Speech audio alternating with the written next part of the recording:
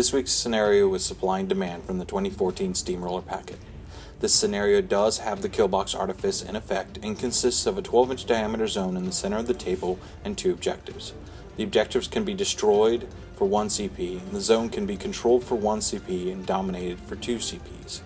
The objectives have Defense 5, Armor 18, and 15 health boxes, and have the Fuel special rule. While this objective is not contested by enemy models, friendly models beginning their activation within 4 inches of this objective can run or charge without being forced or spending focus. The objective also has a priority rule. An enemy warcaster cannot dominate the central zone if the objective is within their control area. Hello everybody, Taodark here. This week I'm playing my E-Madrak list as seen on prior videos on this channel. I've been getting a lot of practice in with it, trying to prepare for TempleCon, but with the release of the Exigence book that just recently came out, I've actually been looking at the concept of potentially dropping one of the warder units for a double fire breather unit. It will resolve the fact of me trying to get 2 Fel colors into the list, as I'll only have 1 Fennblade unit and 1 warder unit, but it will also give them the ability to have a set of 6-inch sprays that I can spray and then double spray again during the feet turn. So we'll see how that works out. Hey everybody, this is Gaston, and now I'm here today playing Nature of the Beast, Arkadius' new theme force. I'm running the traditional Arc format for it, which is 2 of every beast and enough Razor Boars to feed them all. I think this is a very accessible, very phenomenal theme force for him. I'm really enjoying the fact that I have 14 War Beasts on the table and that I'm playing, I believe, 12 points up for free. It's going to be great. So for my deployment, I won the role to go first, and I prefer to go first with my E-Madrak list. I like the ability to dump into the stone, and then also the ability to, on turn 2, have the top of the turn so that my Fennblades could potentially jam out of the zone. There's only 1 zone in this mission, so it's a lot easier for my Fennblades to jam something out of the zone than if I were to have to be dealing with 2 rectangular objectives. Also on the deployment, even though they're kind of symmetrical, there's 2 walls for the zone, but with E-Madrak only being a Fury 5 caster, I actually have the ability to, with that wall, tow in just a smidge of the base into the zone behind the wall and be 10 inches or even greater than 10 inches away from the objective, so I can actually dominate and not have to worry about killing the objective. I'll still want to kill the objective because I don't want to give my opponent the ability to run for free on follow-up turns past turn 2 and turn 3 due to the fuel rule off the objective. So I will want to destroy that objective with as many beasts as he has. So I haven't gotten to practice with this list as much as I'd like, so you're going to have to bear with me a little bit on the deployment here of the theme. What I'm looking to do is I'm looking to have the Roadhogs on either flank, the War Hogs in the center, because, you know, fast on the flanks and slow in the middle. Then have the Gun Boars in between them, and then the Goraxes in such a position where they can support either flank, but still be close enough to at least somewhat shield guard Arkadius. He doesn't have a lot of shooting in his list, but he does have a little bit, and so it's very useful to always have that option available there. Now I'm looking at deploying the Razor Boars, so that way they can move up and they can engage those Fennblades early on.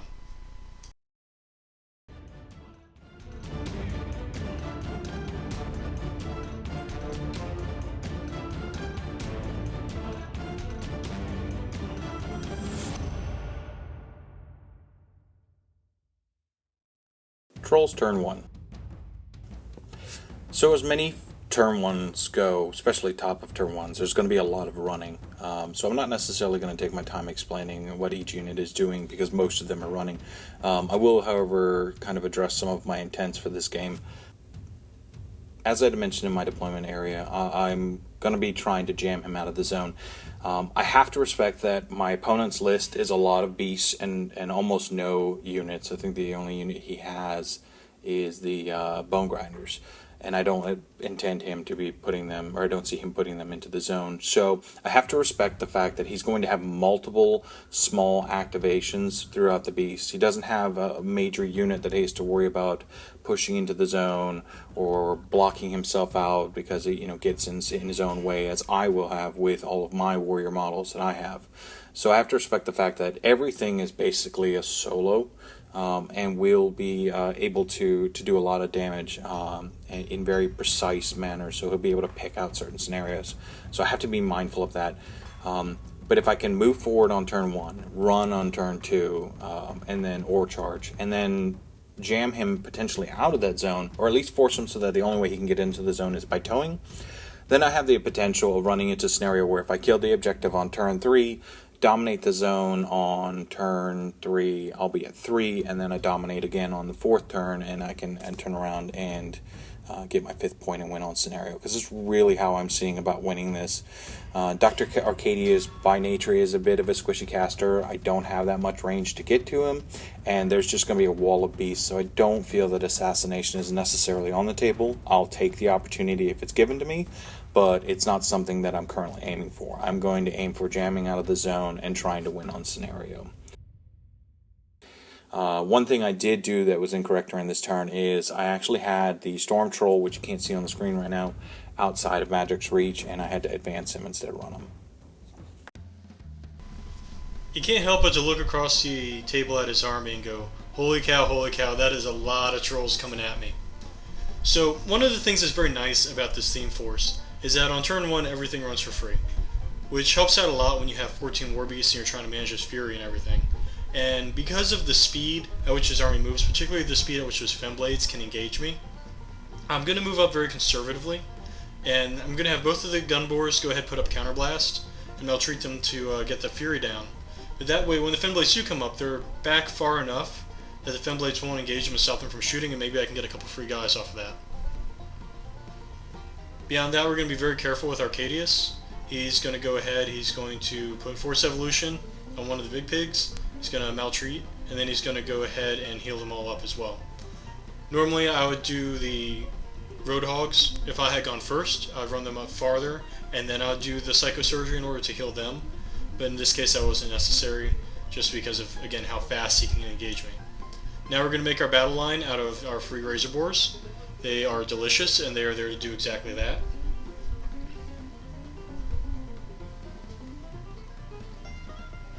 And again, we're going to try to trade them for the Fennblades, so that way, you know, I'm not spending points of my army, points of my heavies on this unit that's meant to really be chaff.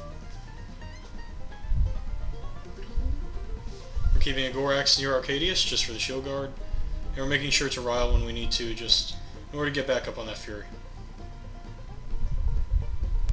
Targ is over on the far side, so that way I have the ability to force as well.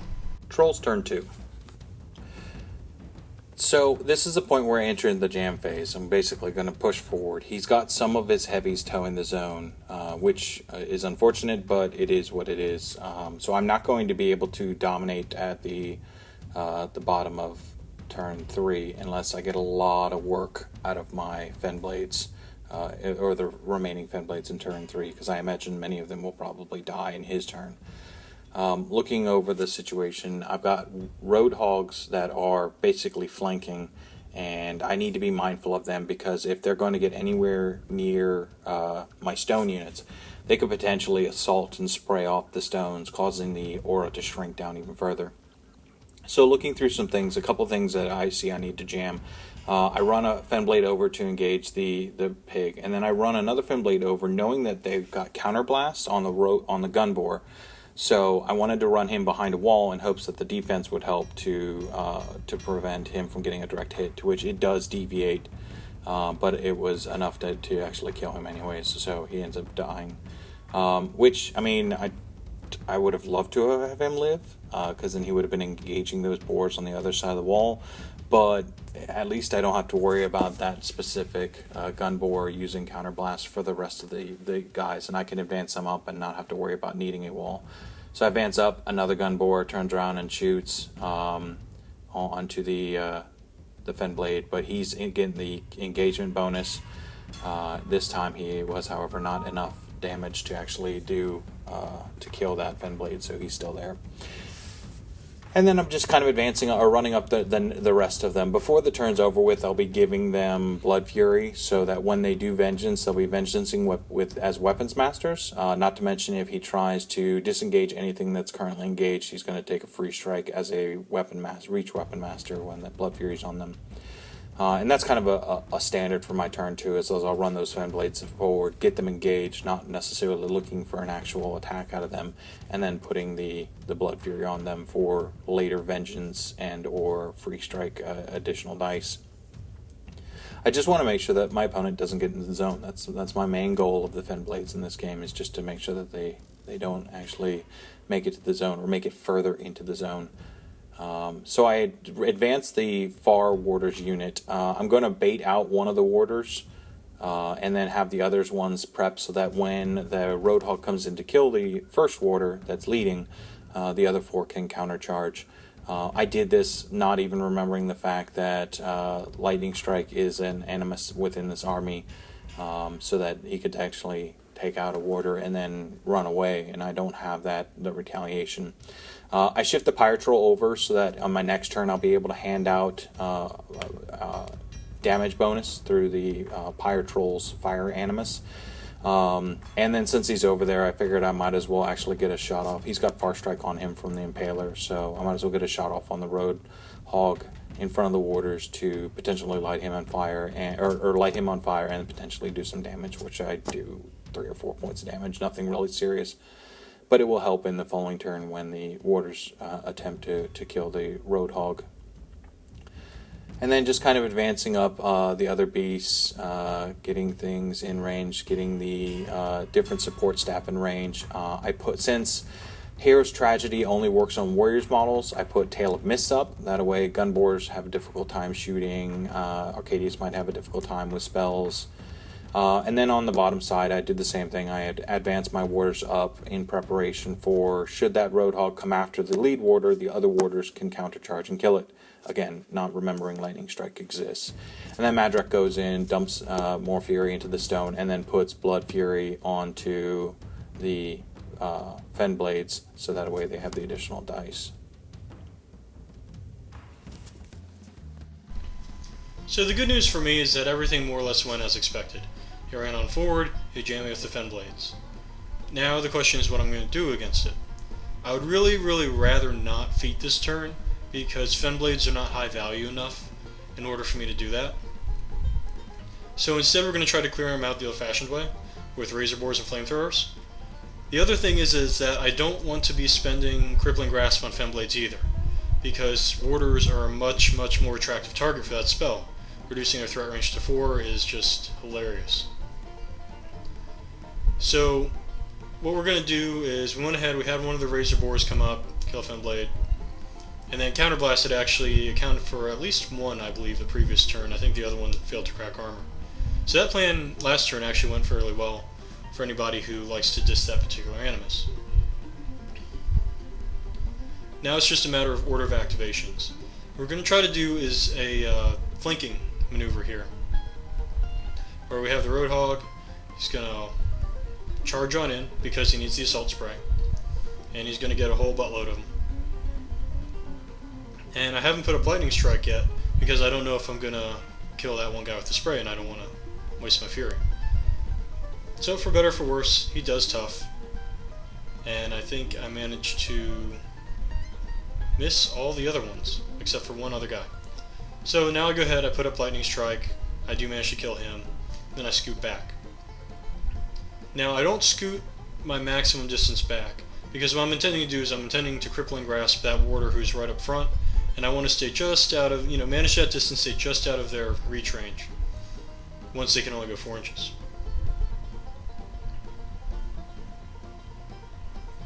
And again, those little Razor Boars are doing some work. I'm loving them. So measuring my control area, I'm being very cognizant of threat ranges, particularly from the Fennblades, because they're going to have vengeance and the ability to get to me.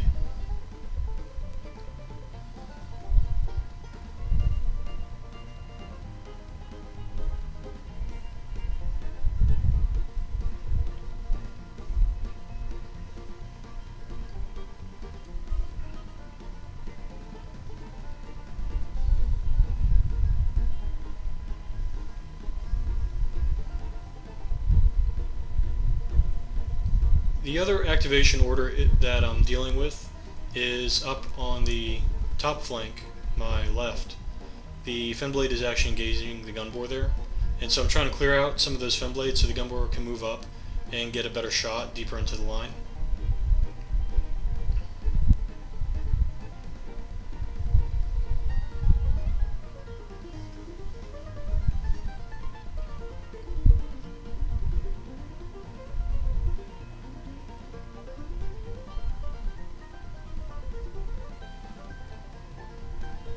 Again, for as down as people have been on Razor Boars, these guys, when they're free, are just freaking phenomenal.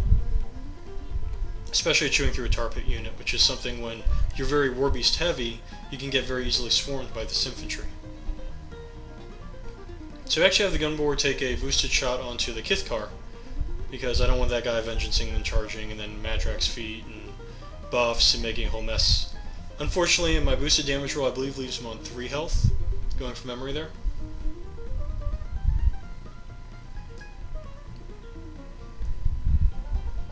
So Arkadius checking his control area. And he's going to attempt to crippling grasp the warder, and he's going to horribly miss.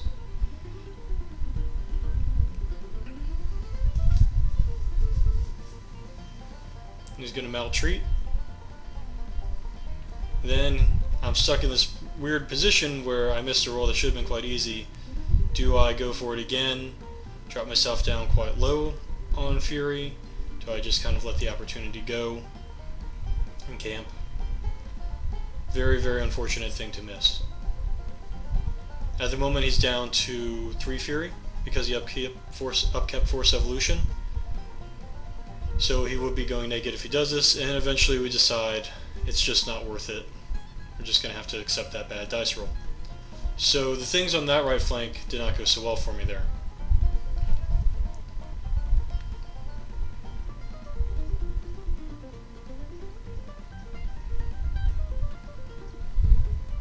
So on the top flank, on the left flank, what we're going to try to do is again another one of these hit and run strategies. And here we're going to have the War Hog, he's going to lightning strike himself, and he's just going to advance on up to that warder. I'm sorry, he's going to speed dial himself for that warder, full bore. And I should have charged. And I made a math error here on overestimating the power of the War Hog, and he pretty much just bounces off the armor.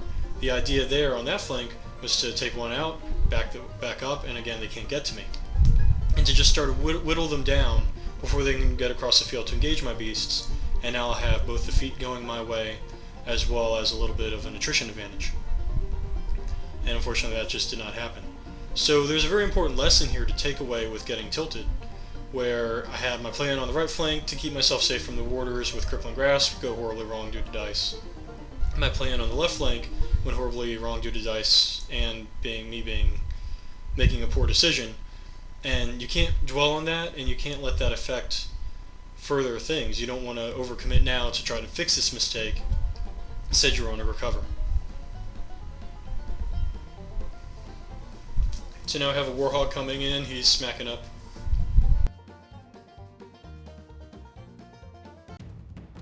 Trolls turn 3. So I'm entering into turn 3, and going towards my original plan, I want to clear out this zone this turn. There are, however, 2 heavy beasts and a bunch of little lessers in here as well that I'm going to need to clear out, and I don't actually have too much that I think can actually get to that far back heavy.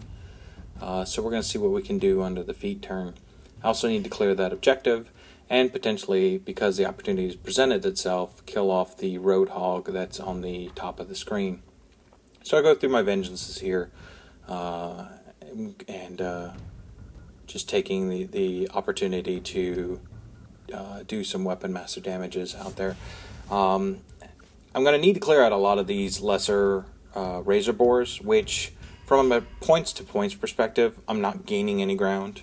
These are free models for my opponent, so when I kill them, he's not necessarily losing anything from his army. He is in the sense of there's less models and less activations, but it's not like where I'm shifting the point scale any in my favor. But nonetheless, they're in the zone. They have to be cleared. I have no option. So I end up going into the tank on this, and I probably spend way too much time thinking about this. you know, a combination of just trying to plan things out, figuring out math between how much damage I can do to these heavy, what needs to go where, and then also just some infamiliarities with the list and what he has available to him. So I'm asking a lot of questions. So the stone's going to activate, and it's going to put up its aura, and it's going to do the increased strength. And the reason I'm doing that is because I'm running the math, and I'm a little worried about, will I be able to get enough of the warders engaged with the Road Hog to be able to kill them. And I'll also need the warders to potentially deal some damage to the objective as well. The Chronicler goes over and puts Charge of the Trolls on, because I plan on running that Pyre up to engage with the Road Hog. That way the warders will gain the Charge of the Trolls +2/+2. And then I will also be advancing the Runebearer over to do his once a game mini feat to hot swap Blood Fury over onto the warders. But before I do that, I would like to get activation out of the Fennblades to get some damage done. See if I can't use them to clear up some of these lessers. That way we can get an idea of what my closer warders are going to be needing to do in order to clear the zone, or what they need to do.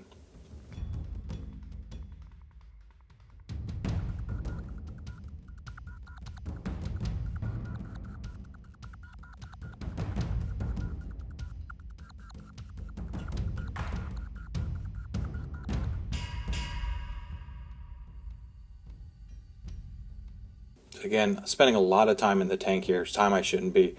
It's when you're on a clock game, you need to have a plan, and you need to go with it. Don't second guess yourself.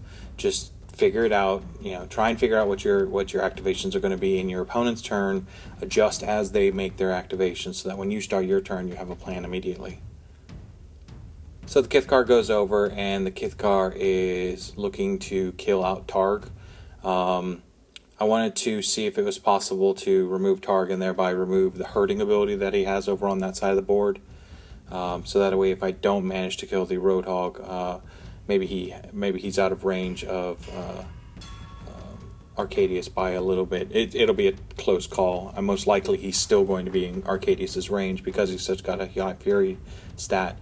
But if I kill Targ, which I did, maybe I had that opportunity where the Road Hog frenzies on a warder, and then the rest of my warders are still good to go, because a fully functioning Road Hog will actually kill some of those, one or two of those warders. So I charged the Pyre Troll in. Again, I'm just trying to get that Charge of the Trolls up, but if he's going to go in there, I might as well see what damage he can do while he's in there. Not looking to top him off, not looking to do a lot of damage. I want him to be semi-functional, so that way I don't have to worry about frenzy issues next turn, because I want to... There's a Gorax back there behind what's the objective currently that I need to be mindful of as well. So here the warders go in, and they're going to go in and do their charge onto the Road Hog. This is a target of opportunity. It's not one that I need for the scenario, but it's one that's presented itself, and I need to take advantage of it. I probably committed too many warders to the Road Hog. I say that because warders are, when they're charging with Weapons Master, they're 4 dice normally. The Blood Fury actually puts them up to 5 dice. And then underneath the stone, and with Charge of the Trolls, they're doing a lot of damage. So I probably only needed to do 2, maybe 3. I did divert one of the warders towards the objective, and we had to actually use a couple precision widgets to make sure that he had the appropriate threat range to get it, and it was really close. But I did manage to get one of those warders, so I will be putting 5 dice worth of damage into that objective, because, like as I mentioned before, I need to kill out that objective and then dominate the zone for 3 if possible, at least to get 1 point out of the objective if I can't dominate the zone.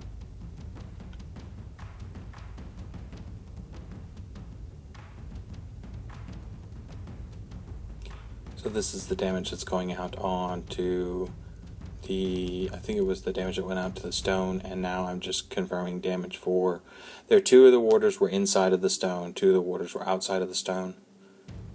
So that's one of the reasons why like I said, I think I overcommitted. The two that are on the far side probably could have actually, one of them could have just ran and engaged the Gorax. The one that was on the hill could have ran and engaged the Gorax, just so that he's engaged, and he can't necessarily walk away or advance or charge anything else. And then the others could have worked on the objective and the Road Hog. But I do end up killing the Road Hog, which is good. And so I've kind of weakened the heavy hitting on the far left side, but in turn I've also put a lot of my heavy hitting on my far right at the top of the screen. So now I've got this warder unit who, they've killed a Road Hog, good, but they're not going to be able to contribute to the other side of the table where I've got two War Hogs waiting for me, and then another Road Hog even further down. I pushed them too far out for my own good. So I go ahead and I activate and I move the Storm Troll up, and I'm basically trying to, I want to do a Electro Leap to see if I can't deal out some damage. But there will be an issue of, if it does leap, is it going to go towards the boar that is closer to Dr. Arkadius, or is it going to go towards the boar that is closer to the other War Hog? And it does end up deviating to the right, to my right. So it jumps to the boar, to the Razor Boar, and then it jumps to the Road Hog. I'm not going to do a bunch of damage, but damage is damage if I can do anything about it. And this is, we're just checking the range, who's the closer target on that final leap.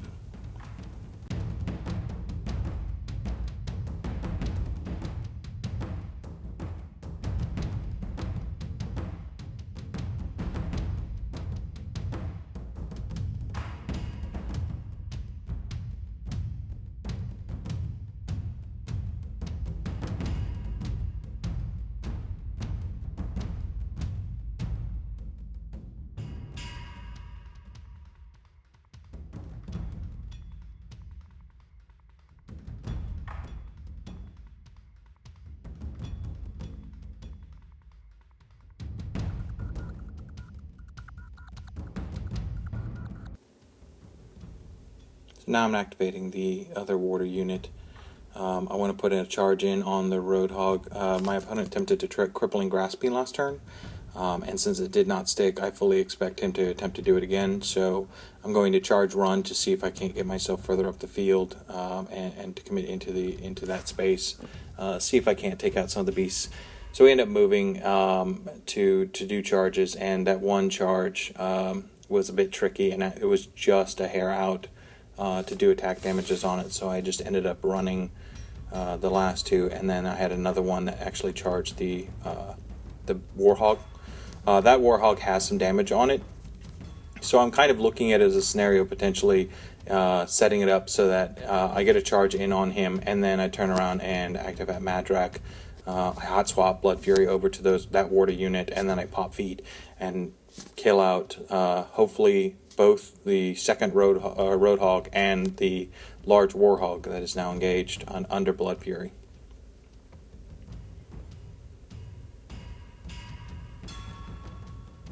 So doing charging weapon master attacks on the big guys. I've got several of the little Razor Boars that are currently engaged by the Warders and Fennblades, so I'm fairly certain that I'm going to be able to kill out the lesser, so I don't really devote any attention towards them, using the feat turn to deal with that appropriately. So Madrak activates, we hot swap over Blood Fury onto the other ward unit through his cast.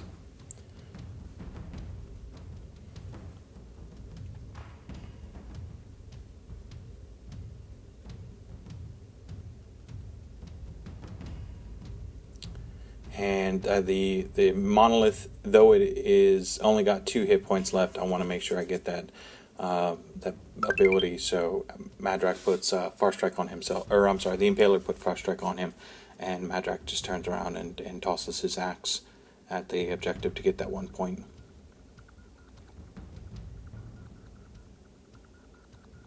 And then we're going to pop feet and just go through the activations, who's engaged, who's near something. I've got Kithkar, the Kithkar that's touching a Razor Boar. Some of the Fennblades are touching Razor Boars. And then, of course, I've got the warders that are touching the heavies in hopes of taking them down too. I'm also doing this not just to clear the zone, because I've already come to the realization that I'm not going to be able to get that last War Hog that's just edging the zone, but also because Dr. Arkadius' feat will allow his beast to frenzy, and the less beasts he has to do his feat with, the less impact his feat will have. So even though I mentioned earlier that I'm not putting any priority towards damage towards these Razor Boars, I do have them in mind of using my feat to remove them, so that way I don't have these furry bacon missiles running around the table killing my Fennblades and warders and whatnot under the frenzy effect of his Dr. Arkadius' feat turn. And then, of course, getting rid of the heavies is a really good benefit of not having to deal with the frenzied feat turn.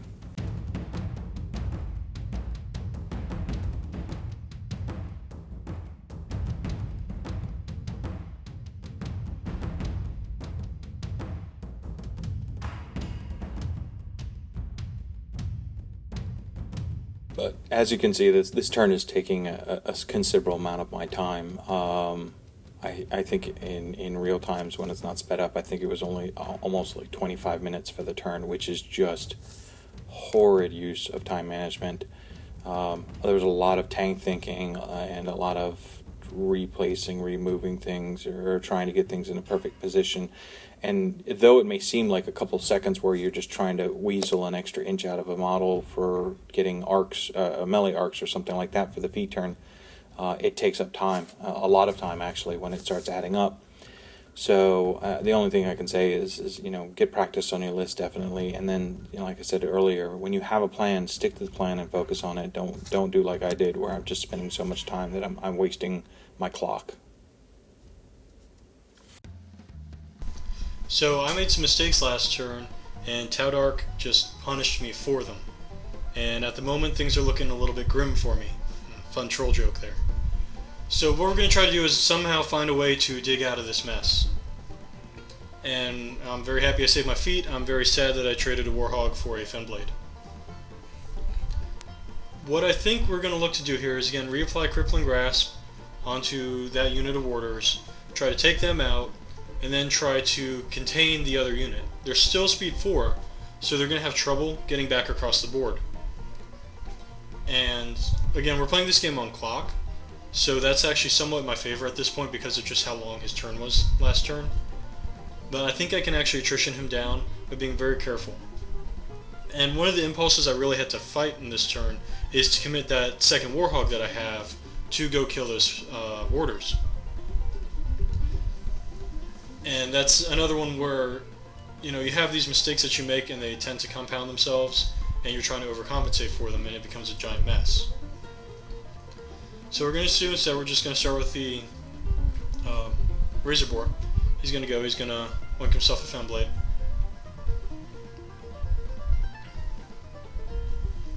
Then I'm also looking at having Arkadius use his Mind Control Serum on that front warder. That it'll get him away from the Roadhog and it'll get him attacking his own buddies, which is always kind of nice. But this is where I run into trouble with the clock because of how time intensive this can be. So now I've got the Gun Boar, he's turning, he's going to go ahead and pop a shot at the Kithkar over there. And it'll connect. And the Kithkar will tough. The Kithkar and that Gun Boar have just been gunning for each other this whole game, and the poor Gun Boar just cannot seal the deal. Now we're going to put the Gorax onto the Pyre Troll. See how well he does. So he's just going to come in there swinging both fists.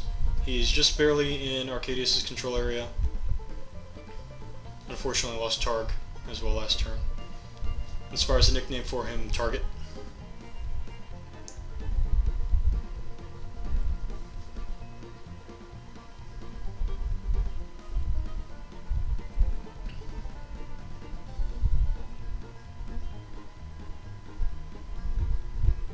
And again, just thinking, plotting, planning. You have to strike a balance between making the most of your feet and getting Crippling Grasp out there before you make all of your attacks. So we go ahead, we go with Arkadius. He successfully puts Crippling Grasp up this time on the warders. Thank God. He does a little bit of healing via Psychosurgery. and a little bit of maltreatment on that lead Razor Boar.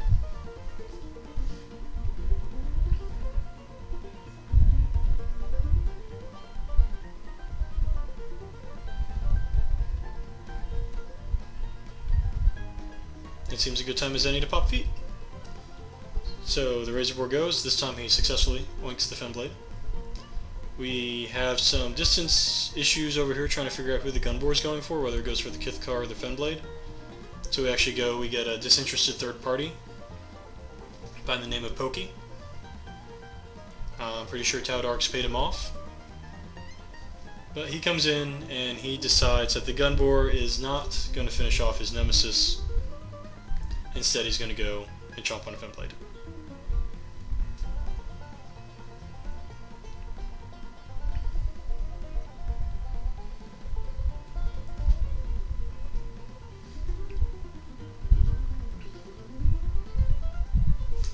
And we have the Gorax go on the Pyre Troll. I think he left the Pyre Troll somewhere around 4 health. He was very badly injured. And then the War Hog actually takes out the Warder all on his own. So that was very lovely. Then we have the Razor Boar go, and he chomps on another Warder. Very proud of him.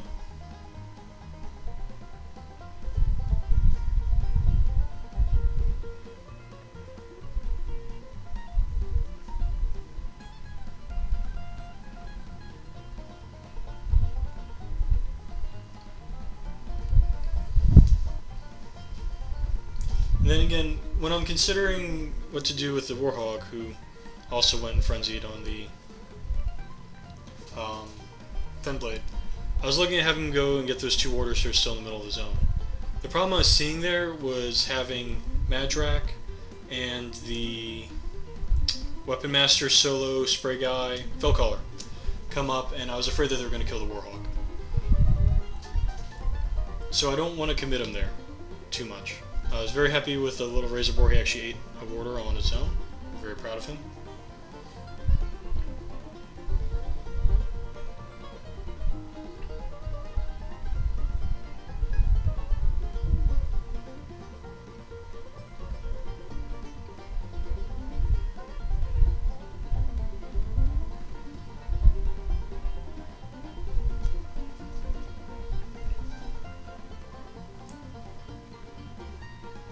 So we're going to go ahead, we're going to go with the War Hog.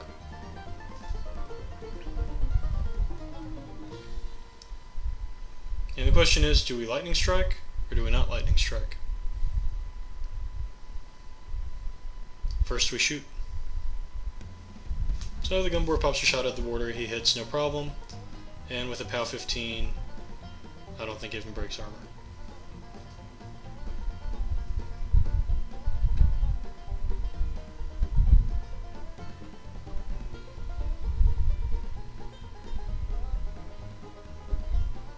Next up, the Gorax. He's not going to be able to engage 2 warders, but he's definitely going to get to kill the 1.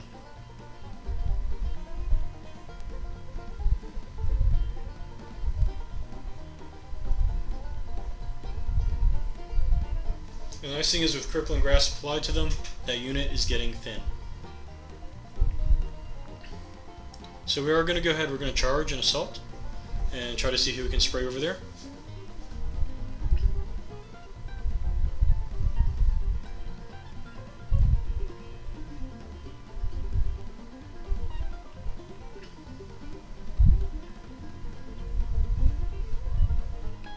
We will bang up a Storm Troll and a member of the Krielstone unit.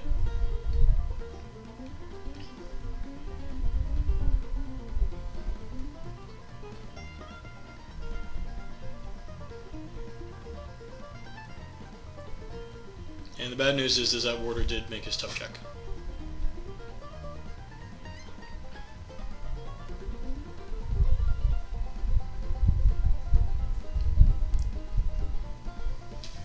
Then the final move is going to be to again back that War Hog up. And I think for where I'm at, I'm actually in a very good position given the mistakes that I made earlier on in the game, where I've eliminated more or less his threats on one side of the table, and then the other side of the table is just too far away to get to me in a timely manner. And that's what we're going for here. We're going to try to finish off those 2 warders next turn, and then we're going to look to reapply Crippling Grasp onto the other unit of warders and wear them down with my remaining heavies. We'll see how it goes. Trolls turn 4. So starting my activations, I go through, standard Reaving Fury, taking off Animuses and stuff like that. And it's at some point in this turn that I actually come to the realization that I've only got about sub 6 minutes on my clock. My last turn used up so much of my time. It was not good time management by any stretch of the imagination. I got a lot of work done on the defeat, but that's not necessarily a good scenario to be in, where I've killed a bunch of stuff, that's great, and I'm only up by 1 scenario point. I was really hoping that by turn 4 I was going to get into a situation where I was going to be dominating last turn along with the objective, so that this turn would have just been a case of dominating and winning. I, however, did not get enough done. There's still a heavy in the zone that's relatively untouched, 2 lights that are hurt, but not necessarily to the point where they're an easy takeout, and then a lesser. And I have not too terribly much to deal with. The warders that were on the bottom side of the screen are dwindled down to nothing, and unfortunately the warders at the top of the screen have a high concentration of guys still available to me, but they are too far out of the scenario to contribute to it. I almost feel like this probably would have been better played if, after the Fennblades had run forward, I had advanced the warders up, put them into a counter-strike position as I had done in my prior turns, but instead of just advancing them forward and putting them in counter position, I actually advanced them forward and into the zone, kind of to have them come in behind the Fennblades in the prior turn, in turn 2, so that way they would have had more central presence. More of them would have been underneath the stone, and I would have had more to answer to clear out the zone in this turn and potentially get that dominate, or even last turn and potentially get that dominate. So that's definitely one of those things where it's you learn through play that I don't necessarily should spread out, and I death clock myself.